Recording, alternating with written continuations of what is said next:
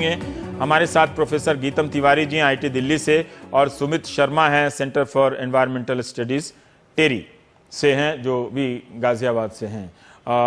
गीतम जी, हम ये जानना चाहते हैं कि ठीक है राजनीतिक चल रहा है, लेकिन रिसर्च संस्थाओं के लिए ये प्रयोग इतनी दिलचस्पी का विषय क्यों बना हुआ? ये इसलिए इतना दिलचस्पी है क्योंकि ये आइडिया तो कोई नया नहीं है। ये कम से कम 30 से 40 साल पुराना आइडिया है। Lagos, Mexico City, Bogota, Beijing, कई शहरों में इसको ट्राई किया गया है और हर जगह नतीजे यही निकल कर आए हैं कि शुरू में कुछ फर्क लगता है और उसके बाद लोग ज्यादा कार लेने लगते हैं, उनके पास पुरानी गाड़ियां ज्यादा हो जाती हैं, तो जो कंजेशन और पोल्यूशन का सवाल है उसको हम सोल्यूशन नहीं दे पाते हैं।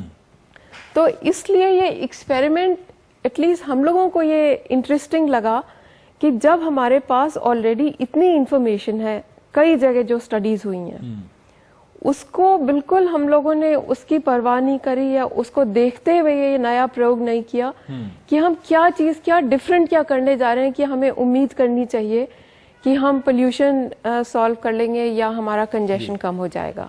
जिन 30 साल के दौरान जिन मुल्कों में इसका प्रयोग हुआ है, कहीं भी इस स्कीम के सफल होने की कोई कहानी है इस स्केल पे, जो दिल्ली जैसा बड़ा स्केल है? मतलब आप देखिए, बीजिंग शहर दिल्ली जैसा है, मेक्सिको सिटी यहाँ से भी बड़ा है, वहां पे ये प्रयोग काफी सालों से चल रहा है, लेकिन अभी भी मेक्सिको में तो एयर पोल्यूशन की बहुत ही सीरियस प्रॉब्लम बनी हुई है। और मेक्सिको सिटी और लेगोस, ये दोनों जगह देखा गया कि शुरू में या तो लोगों ने फेक नंबर प्लेट्स लगाना शुरू कर दिया या पुरानी गाड़ियां खरीदी, तो उससे क्या हुआ कि एयर क्वालिटी पे और बुरा असर पड़ा क्योंकि आप पुरानी गाड़ियां चलाने लगे जिनका कि एमिशन लेवल नई गाड़ियों से कहीं खराब था।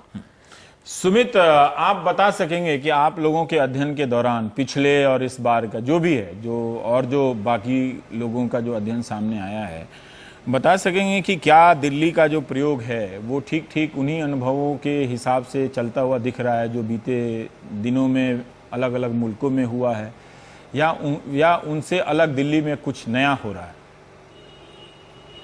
देखिए, टेरी ने दोनों ही फेजों की स्टडी की है। लास्ट फेज में जब ये ऑड इवन स्कीम लागू की गई तो सभी बहुत उत्साहित थे और सब एक्चुअली प्रेज कर रहे थे कि गवर्नमेंट ने एटलीस्ट एक स्टेप तो लिया इस डायरेक्शन में एयर पोल्यूशन को कम करने के लिए। और उसी के हिसाब से हमने अपनी तैयारी करी, उसको एनालाइज करने की कोशिश करी कि कंजेशन लेवल्स में कुछ कमी आई है, पब्लिक अवेयरनेस लेवल्स इंप्रूव हुए हैं और हमने पाया कि एक्चुअली कुछ एवरेज स्पीड्स में इंप्रूवमेंट हमें देखने को मिला कुछ स्ट्रेचेस में। उसके अलावा जो आई थिंक जो क्रेडिट इस स्कीम को जाना चाहिए वो है पब्लिक अवेयरनेस लेवल्स का। सभी ने देखा कि किस तरीके से लोग इस मुद्दे के बारे में बात करना शुरू हुए, इसके इम्पैक्ट्स के बारे में बात करना शुरू हुए और क्या सॉल्यूशंस हो सकते हैं उस बारे में बात करने लगे। उसके बाद बात आती है पोल्यूशन लेवल्स की, जो एक बहुत ही इंपॉर्टेंट एस्पेक्ट है इस स्कीम के बारे में। जब हमने उसको जांचा तो हमारे को जो नतीजे मिले वो लगभग 5 से 10% कम होने के नतीजे हमें देखने को मिले PM 2.5 कॉन्सेंट्रेशन, जो एक पोल्यूटेंट है। और हम ये कह सकते हैं कि ये उम्मीदों के मुताबिक थे क्योंकि जितनी भी सोर्स अपॉर्चुनिटी स्टडीज दिल्ली के लिए हुई हैं उस सभी ने हमें ये बताया है कि जो प्राइवेट कार्स का शेयर है वो 5% से ज्यादा नहीं है। उसके अलावा अगर आप आइडलिंग एमिशंस, रोड डस्ट रिसस्पेंशन को भी इंक्लूड कर लें तो टोटल रिडक्शन जो आप एक्सपेक्ट कर सकते हैं स्कीम से वो 5 से 10% की कैटेगरी में है। अब इसका सेकेंड फेज आया है तो अब प्रॉब्लम यह है कि जैसे जैसे आप इसे रेगुलराइज करने की कोशिश करेंगे, जैसे प्रोफेसर ने बोला, लोग इसको निगेट करने की ऑल्टरनेटिव्स को अपनाते चले जाएंगे क्योंकि एक अच्छा पब्लिक ट्रांसपोर्ट सिस्टम प्लेस में नहीं है जिसको कि लोग अपना सके। उस दृष्टि से अगर देखें तो लोग धीरे धीरे दूसरे वाहनों की तरफ जाएंगे, पुरानी गाड़ियां खरीद सकते हैं, नई गाड़ियां खरीद सकते हैं, कार वाले मोटरसाइकिल भी ले सकते हैं। तो धीरे धीरे ये स्कीम का जो इफेक्ट है वो निगेट होता चला हम प्रदूषण के स्तर पर बात करेंगे, पर एक पहलू पे मैं पहले कर लेना चाहता हूं। आपने कहा कि इस पूरे स्कीम के संदर्भ में पब्लिक अवेयरनेस, जागरूकता को क्रेडिट देना चाहिए, ठीक है। क्या आप मुझे बता सकते हैं कि ये जागरूकता, क्या आप मुझे बता सकते हैं कि ये जागरूकता सिर्फ 15 दिनों के दौरान ही देखी जाती है या इसका असर 15 दिन के बाद भी देखा जाता है? मैं ये जानना चाहता हूं कि अगर जागरूकता बढ़ रही है तो इतना ज्यादा प्रचार होगा तो हमें तो सुनाई देगा ही। हम बात कर रहे हैं तमाम तरह के टीवी चैनलों से, लेकिन लोगों के व्यवहार में, सार्वजनिक परिवहन प्रणाली को लेकर या कार चलाने के व्यवहार में ऑड इवन के समाप्त होने के बाद भी असर दिखता है क्या? सड़क देख के तो नहीं लगता। देखिए, दिखता तो है। जागरूक, एक बार आदमी जागरूक हो जाता है तो उसका इफेक्ट काफी दिन तक रहता है। और मेरा ये कहना है कि लोग अब पहले से ज्यादा जागरूक हैं और इस तरीके की स्कीम्स को अपनाने के लिए तैयार हैं। तो अब हमें अपनी स्कीम्स का जो होराइजन है उसको और वाइडन करने की जरूरत है। ऑड इवन के अलावा कंजेशन प्राइसिंग जैसी स्कीम्स की तरफ हमें बढ़ने की जरूरत है। लंदन, सिंगापुर, वहां पर ये स्कीम्स पूरे साल तक चलाई जा सकती हैं। वहां उसमें आपको एग्जाम्पशंस भी कम देने की जरूरत है। उसके अलावा जो कंजेशन प्राइसिंग से आपकी जो अर्निंग्स होंगी उससे आप पब्लिक ट्रांसपोर्ट सिस्टम को और एनहांस कर सकते हैं। तो उस तरीके की स्कीम्स पर अब हमें स्टेप फॉरवर्ड रखने की अब जरूरत महसूस। मुझे ये जो कंजेशन प्राइसिंग वाला है, इसका हाल मैं न्यूयॉर्क गया तो देख के आया हूँ। ये पुलिस की कमाई का एक अच्छा बिजनेस है। सरकार का काम है सार्वजनिक जगहों पर गाड़ी लगाने की जगह का इंतजाम करना। तो मुझे भी लगता था कि बड़ा अच्छा होता है, लेकिन ये पैसा वसूलने का, वहाँ की पुलिस को देखा मैं, दिन भर गाड़ी का नंबर प्लेट ढूंढते चलते थे और वो चालान काटने में लगे रहते थे कि कितना पैसा वसूला जाए। तो खैर वो अलग पहलू है। लेकिन गीतम जी ये बताइए कि ये जो जागरूकता वाली बात है, आपको सचमुच लगता है कि इतना अवेयरनेस आ गया, कोई चेंज आ गया है? नहीं, मैं इस बात से सहमत नहीं हूँ, क्योंकि जैसे आपने कहा कि ये मतलब एक एडवर्टाइजमेंट हो रहा है। और अभी आप आंकड़े भी देखिए, तो जब स्कीम खत्म हो गई उसके बाद फिर मॉनिटरिंग की गई तो कंजेशन लेवल इज बैक। जो स्पीड थी फिर से वही, बल्कि और कम हो गई स्पीड। लोग गाड़ियां वैसे ही चलाने लगे।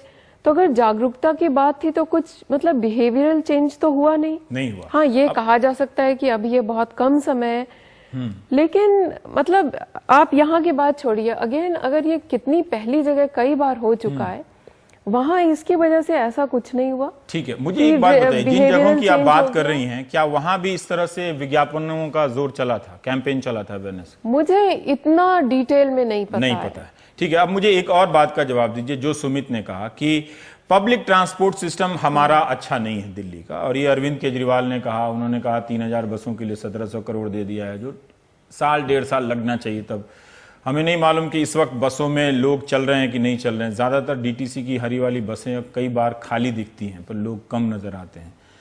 जिन देशों में आप असफल होने की बात कर रही हैं, जैसे बीजिंग, क्या वहां पर पब्लिक ट्रांसपोर्ट अच्छा है या उतना ही बुरा है जितना दिल्ली में? देखिए, पब्लिक ट्रांसपोर्ट ही सबसे बड़ा मुद्दा है। अगर हमें कंजेशन और पोल्यूशन की बात, ये दोनों चीजें प्रॉब्लम सॉल्व करनी है, तो बिना पब्लिक ट्रांसपोर्ट के कहीं नहीं हो सकता है। बीजिंग में मेट्रो के साथ साथ बसेस में भी बहुत इन्वेस्टमेंट किया गया है, और बीजिंग में तो बाइसिकल्स में बहुत इन्वेस्टमेंट। तो फिर वहां पर ऑड इवन क्यों फेल हो गया? जब बाइसिकल है, बस मतलब, है। देखिए, ये होता है कि बीजिंग में भी आप देखिए सब चीजें एक साथ होती हैं। वहां पे उन्होंने 7 रिंग रोड्स बना रखी हैं, एक के बाद एक कंजेशन होता गया, तो एक और एलिवेटेड कॉरिडोर बनाइए, फिर एक और एलिवेटेड कॉरिडोर बनाइए। अगर बीजिंग में दिल्ली से ज्यादा साइकिल ट्रैक हैं, लोग चला रहे हैं, दिल्ली में भी वैसे बिना ट्रैक के 15 लाख 20 लाख लोग साइकिल चलाते हैं, हमें ये नहीं भूलना चाहिए। वहां पब्लिक ट्रांसपोर्ट बसों की संख्या अच्छी है, फिर भी वहां क्यों फेल हो? देखिए, एक चीज जो समझ में हमेशा आती है कि अगर सड़क पे गाड़ियां ज्यादा होंगी तो कोई भी ऐसी स्कीम सफल नहीं हो सकती है। तो गाड़ी तो लोग, देखिए, तो गाड़ी को रोकने का क्या तरीका है? जो और सिटीज में जहां पे थोड़ा बहुत सफलता मिली है, 2 चीजों में ध्यान करा गया है। एक तो आप कार पार्किंग कहाँ बनाते हैं और फ्री है कि नहीं, इस पर डिपेंड करता है कि आप अपनी कार यूज करेंगे या नहीं। और उसके साथ साथ जब आप पब्लिक ट्रांसपोर्ट को कंपीटिंग बनाना चाहते हैं, तो आपको ध्यान देना पड़ेगा कि आप बस स्टॉप तक पहुंचे कैसे, बस स्टॉप पे कितनी देर वाले पे मैं भी आप लोगों से सहमत होता था, पर मैं अभी देख के मेरा नजरिया थोड़ा बदल गया। देखिए, लोकेशन की $40 $50 पार्किंग का वसूली एक आदमी से, तो ये मतलब कानून बना के लोगों के जेब से छीना जा रहा है, मतलब पॉकेट मार का काम कर रही है। मैंने 2 बातें कही ना, बल्कि अब ये निकल के आ रहा है कि कॉस्ट की इतनी बात नहीं होती है। अमीर लोग तो वो दे सकते हैं। लोकेशन, आप कहाँ पार्किंग बना रहे हैं, पार्किंग आपके बिल्कुल घर के पास है, और अगर ऑफिस के पास है तो आप हमेशा अपनी कार यूज करेंगे। लेकिन जब आप, जो अब यूरोपियन कंट्रीज सिटीज ने करना शुरू किया है, पार्किंग आप घर के पास मत बनाइए, आप पार्किंग को अपने घर से थोड़ी दूर बनाइए। तो आप जब घर से निकले, आपको ये डिसाइड करना है कि हम कार पार्किंग की तरफ जाएं या बस स्टॉप की तरफ जाएं। इसका मतलब जो पार्किंग को लेके पहले जो फॉर्मूला बनाए होंगे तो वो सफल नहीं रहा होगा, तब ये फॉर्मूला बनाया गया। तो उसमें भी, उस दुनिया में भी काफी बदलाव हो रहा है। मतलब ये सब चीजें तो आपको और स्टडीज हाँ, मतलब वो करती रहनी पड़ेगी। हाँ ठीक है, लेकिन वो बात उससे आगे बढ़ जाती है। पर मेरा अपना ये वसूली का धंधा है कि 200 रुपया, 400 रुपया, 500 रुपया पार्किंग कर दीजिए, फिर तो आप ये कहिए कि कारों का उत्पादन इतना ही होगा, इतना ही रजिस्ट्रेशन होगा, फिर वो बात कहते हैं। नहीं तो हर आदमी कार खरीद लेता है, कार खरीदने से अमीर हो जाता है, ये बात भी सही नहीं है कि उसकी क्षमता हजार रुपए पार्किंग की देने की हो जाती है। पर सुमित, मैं ये जानना चाहता हूं कि प्रदूषण को लेकर कई तरह के मत आ रहे हैं, घटने का, बढ़ने का। आप सब लोग अपने अपने तरीके से वैज्ञानिक पद्धति से ही आप इसकी जांच करते होंगे, तो मुझे बताइए कि मैं कौन से रिसर्च को सही मानूं, या सबका बीकर अलग अलग है? कई तरीके की कई तरीके की मॉनिटरिंग्स करी जा रही हैं। कुछ मॉनिटरिंग सड़क के बिल्कुल किनारे की जा रही हैं। अगर आप सोर्स के बिल्कुल नेक्स्ट मॉनिटरिंग करते हैं तो ऑफ कोर्स आपको उसका इफेक्ट, अगर आप सोर्स रिडक्शन कर रहे हैं तो उसका इफेक्ट ज्यादा देखने को मिलेगा। परंतु अगर आप उसको एक एम्बिएंट एयर में, एक रेजिडेंशियल एरिया में आप मेजर करते हैं तो वो एटमॉस्फेयर में मिलने के बाद जो इसका एक नेचुरल इफेक्ट होता है वो आपको देखने को मिलता है। तो जो एक सीपीसीबी, जो सेंट्रल पोल्यूशन बोर्ड का एक तरीका है करने का, अगर आप उससे करेंगे तो आपको डिफरेंट तरीके देखने को मिलेंगे।